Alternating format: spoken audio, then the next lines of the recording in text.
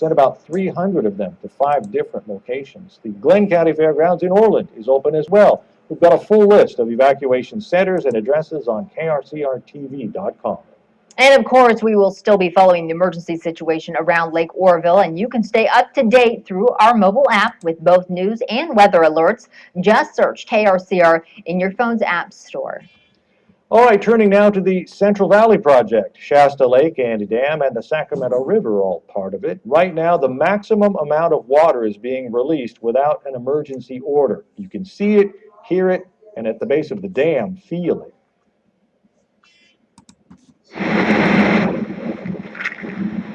The Federal Bureau of Reclamation has started releasing 79,000 cubic feet per second down the Sacramento River, coming through Shasta Dam and then here to Keswick Dam, where flows are controlled. We're taking advantage of the dry weather to try and get some, escape some of the water from the reservoir so that we can start working on getting ample storage in Shasta. Do you know how long you're going to do this? We're going to be doing it for at least a week or so. It's just somebody wanting to know because they don't have TV or internet that we're not in the same situation as Oroville. There are major differences between Oroville and Shasta dams. Oroville is earth-fill. Shasta is concrete. But people are still concerned and the phone calls are coming in. We're getting a lot of calls, public that are concerned about the integrity of Shasta, which is very understandable considering, the issues that are going on with Oroville. Sherry Harrell says Shasta Dam's expected life is measured in centuries, not years. The life expectancy of this dam is, at least 1,000 years. So as far as the structure itself, there's 15 million tons of concrete. It's a marvel, and we are very, very blessed to have this facility here, and it is running well and doing just fine. It's not going anywhere. It's not going anywhere. But there's too much water, more than 1 million acre-feet in the lake behind the dam for this time of year, and so the maximum releases that have swollen the river beyond its banks, like here in Redding's Caldwell Park, where you can just see the head of the full-size C.C. Bush statue poking out of the water. Dumping as much as they can without getting that emergency order. The lake is about 6 feet from the crest of the dam. With all those increased releases from Shasta Dam, some places downstream are flooding. Okay, we just hear that there's a press conference going on. Sacramento Governor State Emergency Operations Center. Let's go to that live now. Various construction elements of this dam.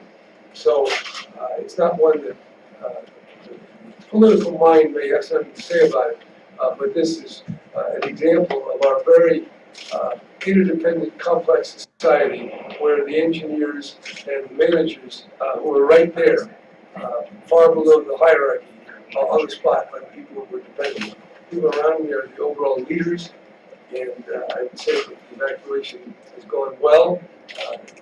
We will be able to say when, not tonight, but when this order will be ready for some kind of modification.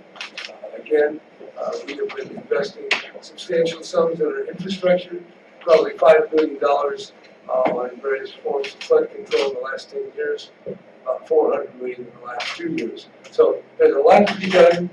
There's a lot more. Things can fail, and whether it's levees or dams or bridges, we've got a lot of work to do. And as we mentioned, our deferred maintenance is great, and stuff happens. Things occur, and we have to be able to respond. And the people have been really good, the sheriffs, the people who are responsible, CAL FIRE, Department of Water Resources, National Guard, OES, they've all been put their hands to the plow here to get it done. So I'm proud of what they're doing. My heart goes out to all those who have to live with the concern of the fear of this kind of a situation in general. So it is serious. Our folks are doing the best they can, and we'll know more. Governor, about the early reports, you're concerned about the early reports questioning the state of the spillway. the state of the spillway, talking about The possibility that could give if the water started rushing at this well, level. so far it's holding, and that's why the evacuation is still in place, because there's uncertainty. And the norm is, better be safe than sorry. And what exactly it is, as I mentioned just a moment ago, this is about engineering, it's about construction, it's about repair. And those people who are doing that are the ones that have to bring those kind of ideas to the fore. And I'm just here to make sure that from the top down, everybody is aligned with those at the bottom who have the responsibility. Any comment on the earlier filings questioning the, whether it was appropriately reinforced? Are you referring to that, whatever it was, the 10 years ago or 12 years ago? Yeah, I think that's, glad we found out about it. It was not part of the record before that, at least the record that I saw. So, look, we have a lot of stuff out here. In the Delta, we have a lot of, as I say, bridges and dams and spillways, and more to come.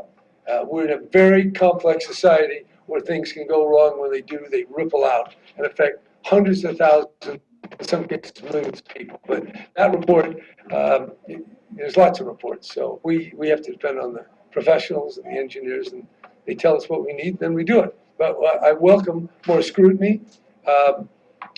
President Parsons just called me on the way over here, said they have their own concerns, and I said, great, we'll put you in touch with DWR. So we'll get a lot of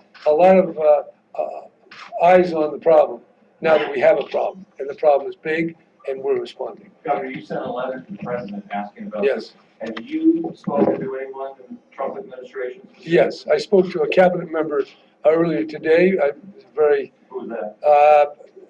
I don't know, we have to give you all the, I personally spoke to a recently confirmed cabinet member. My office has been in touch in the White House. I think that will be sufficient.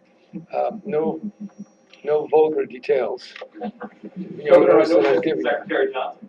No, whatever. No, I'm not answering you. No, you didn't pick the right name. Are you What? concerned about the types of comments the president has made about possibly withholding funds from California impacting your request? Well, I wouldn't try to pick any one comment out of the last 3 weeks. There's a lot of buzz on a number of fronts, domestic and foreign. And I'm sure that California and Washington will work in a constructive way. That's my attitude. There will be different points of view, but we're all one America, and we all have challenges that we share in common. And as we defend America, we defend California and vice versa. Any idea when people can go home? We're not making that announcement tonight, but we can ask the sheriffs will be saying something tomorrow, I think, on that. Yes. Right. Governor, there's been some discussion on this, that this is an example of both water problems that we have and water reliability and infrastructure. And that's been talked at the Capitol and other places. What's your take on that? That this is an example of what we have not done for years? Well, we don't know what it's an example of because we didn't even think about it 3 days ago. So it happened. And the rain is not as great as it was in prior years. And the spillway gave way. And then we had the other problem with the other spillway. So I think you can take this from it, that infrastructure is profoundly important. And in our complex society, whether it's electricity or gas or water or roads or bridges, there's a lot to be done. And we're not talking about a few million, we're talking about tens of billions. And that's why I was very glad to see President Trump announce his $1 trillion infrastructure program, which I fully embrace, and I will strive to make sure California gets 12%. That's our population representative. And we have certainly 120 billion that we can spend it on wisely. You plan to go up to Oroville at any point? I don't have any plans right now. Right now, they're busy. I don't think we need politicians fluttering around without able to do anything. That's my point. When I hear when they talk about this, this is not law, it's not politics, it's what I'm used to. So I'm going to leave this to the engineers and apply whatever appropriate management and monitoring and good skeptical eye that I can apply. But I don't have to fly around and wave at you guys. Governor, there's a lot of rocks and boulders and big equipment that's being moved in right now Yep. to help shore things up. Is that something that could have happened sooner perhaps in your estimation, or are things on the right timetable? That's not a question that you or I could probably opine wisely on. So I assume these folks, to prove it otherwise, are doing a splendid job. Are there any other pieces of infrastructure that are going to get more scrutiny after this? You bet there are. There are going to be a lot of things that get scrutiny. Every time you have one of these disasters, people perk up and start looking at analogous situations and things that you might not have paid as much attention to. But we live in a world of risk. The earthquake shook the Bay Bridge, and then we, the state and all the different governors had to put up a new bridge. So stuff happens, and we respond. So this is part of the ordinary process, and in that sense, it will be helpful to stimulate more infrastructure analysis and more infrastructure investment. And Governor, any word to the evacuees, the nearly 200,000 people leave their homes? What would be the message you'd like to give? Well, my message is that they're doing everything we can to get this dam in shape that they can return and they can live safely without fear. It's very difficult. It's hard to understand how people have been able to evacuate so quickly and the disturbance to their lives. And just know that their government, their representatives are doing everything they can and will continue to do whatever it takes to make sure we have a safe dam up there and in all the other places where we have these kind of potential threats. And with that, we gotta get back to work. Did you get any assurances from the cabinet secretary you talked to, who was unnamed? Did you get any I got assurances, like, yeah? I got a very congenial conversation, that's what I was saying. And I was Thank you. glad about that, but details to follow. Details. Thank you, Governor. All right.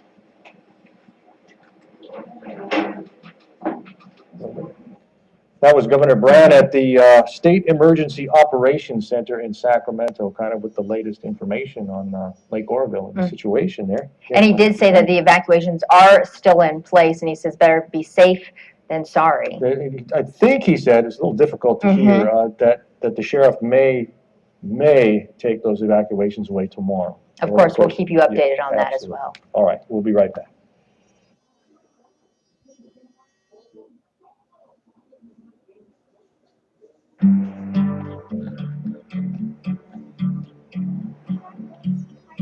We belong to the light, we belong to the thunder. We belong to the sound of the words we both fall under. When you find something worth waiting for, we'll help you invest to protect it for the future. Financial guidance while you're mastering life. From Chase, so you can.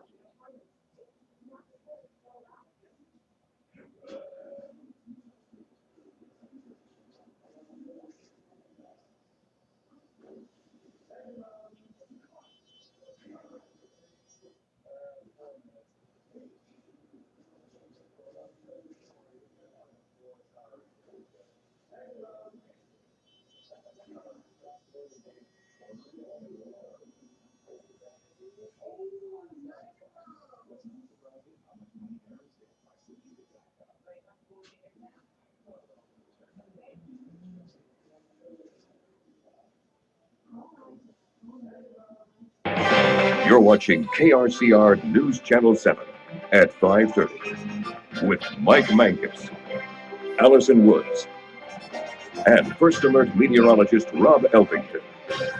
Get the facts right. We are still following, of course, the situation at Lake Oroville closely tonight. U.S. Congressman Doug LaMalfa has sent an official request to President Donald Trump for emergency funding to help evacuees around Oroville. LaMalfa said he's been in contact with congressional leaders as well as the White House. He noted that 20% of the dam was paid for with federal funds through the Army Corps of Engineers. The Republican lawmaker said he believes that partnership will encourage the federal government to provide some future funding. However, LaMalfa acknowledges that there's been a tested relationship between Governor Brown and Democratic legislatures on issues such as immigration, but he does not think that should factor in President Trump's decision on providing support. Is there the possibility that politics could enter into a decision made by the president on something to support him? I don't think so. Yeah, there's been a feud amongst the state Democrats, but there is enough of us Republicans here to be able to carry the message as well that this is something that needs to happen and that, he's going to put that all aside. This is a chance for a nonpartisan solution to infrastructure, no matter what color the state is. LaMalfa added that he believes President Trump's firm desire to improve infrastructure around the nation will make it more likely that he'll be willing to help both in short-term and long-term reconstruction of the spillway.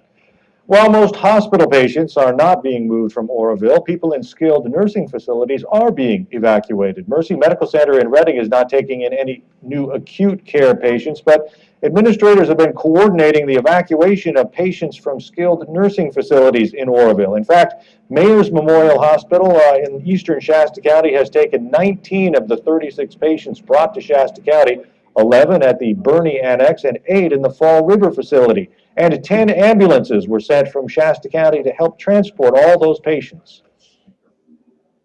Last night, we were contacted and asked if we could participate in sending some of our ambulances down in a Shasta County strike team. So that included AMR, and then there was a total of 7 Dignity ambulances that we were able to send from St. E's, Reading, and then also our hospital in Grass Valley. Roger told me more than 150 patients were evacuated in total. Let's go to Rob Elvington in the First Alert Weather Center now, where you're tracking another series of storms, Rob. Yeah, we're tracking a very active pattern beginning as early as Wednesday morning for areas off to the west. The next main cold front does not arrive until Thursday morning, but please use tomorrow to prepare for that series of storm systems moving in. So there's a look at the radar over the last 2 hours. We've been tracking very light returns on the radar. Most of this is evaporating before it reaches the ground. But what we're watching, or what we're concerned about, is this next storm system moving in, again, by Wednesday night and into Thursday morning. A very strong cold front, so that's going to bring more heavy rain and also gusty winds. You can see those south winds picking up by Wednesday evening and through the day on Thursday. Overnight lows, upper 30s to low 40s for the valley. Expecting places like Alturas and Bernie to fall to the mid to upper 20s. Hayfork and Weaverville falling to the low 30s. So for tomorrow, please get out there and enjoy the sunshine, but also get ready for the rain and winds. We're tracking mostly sunny skies by 8 o'clock tomorrow morning. So a little bit more sunshine than what we saw today. Still tracking mostly sunny skies by 3 o'clock tomorrow afternoon. And then heading into Wednesday morning. This is 8:30 on Wednesday morning. We're already starting to see some scattered showers moving in out ahead of the next cold front. You'll notice a little bit of showers developing by the Lake Oroville drainage area. Some heavier rain as you head off to the north of Reading. Some of that falling into Shasta Lake, where we are seeing big releases right now from Shasta and Keswick Dam. You'll also notice not seeing a whole lot of snow on Precision Cast. So these are pretty warm storms, a pretty warm storm system out ahead of the main cold front. You'll notice the heavy rain moving in by 5 a.m. on Thursday morning. The main cold front moving over the Oroville drainage area by 7:30 on Thursday morning. And then behind the main cold front, we'll start to see that colder air moving in, and that's going to help to drop those snow levels possibly down to 5,000 feet for the Oroville drainage area. Beyond the Wednesday-Thursday storm system, we could see another storm on Friday, but it may be centered off to our south, so maybe not as much wind or as heavy rain, and then possibly another system moving in by Sunday, and then maybe another system by next Monday and Tuesday. There's the forecast snow levels. Again, they will be at the highest on Wednesday, and they'll be dropping through the day on Thursday, and then staying mostly below 5,000 feet all the way through this upcoming Monday. So that's good news because it's falling in the form of snow. It's going to stay trapped in the mountains. We're not seeing the runoff, but we will get some rain on top of that snowpack Wednesday evening and into Thursday morning as that warm air is out ahead of the main cold front. Upper 50s for Shingletown and Bernie tomorrow. Down to the valley, expecting highs in the upper 60s. So again, noticeably warmer tomorrow thanks to a little bit more sunshine. Highs in the mid 60s for Chico and Oroville. Sunday forecast for Chico. You'll notice the winds starting to pick up through the day on Wednesday, but the strongest winds will not arrive until Thursday morning when that main cold front moves through. And then scattered showers on Friday. Could see some heavier rain just depending on how that storm system on Friday tracks. And then pretty much a chance for rain every single day all the way through next Monday. Could see some more strong storm systems Sunday into Monday of next week. Reading your 7-day forecast, the lowest snow levels will be in the typical spot north of Reading, closer to the Mount Shasta City area. For everyone else, snow levels may fall to 3,500 feet, but likely closer to 4,000 feet at times. Back to you. All right, thanks, Rob. Well, a quick rise of the Sacramento River has cut off access to a Reading dentist office. Now, these are the businesses' offices along Park Marina Drive, now with immediate boat access. Nick Romack says the water was lower yesterday, and he was able to walk across the parking lot. Wasn't so sure today, so he grabbed a kayak and made a few extra trips inside to get a list of patients and their numbers. Kind of went where the wheelchair ramp is and just kind of made a little maneuver inside and didn't have to step out of anything more than like 6 inches deep. He says this is the third time he's seen flooding since moving into the building. Last time was in 1997. The time before was in the 80s when patients walked across tables to get into the office. That's one way to get to work. I have seen the water down there real deep like that before, and yeah, you do what you got to do. That's There's right. office buildings along there. Well, we've got a lot more coming up tonight at 6:30. The governor just finished a news conference talking about the Lake Oroville situation. A lot more ahead. And we have everything on our website too, krcrtv.com and our KRCR News app. We'll see you tonight at 6:30. All right, World News with David Muir is coming up next. We'll be back with a lot more.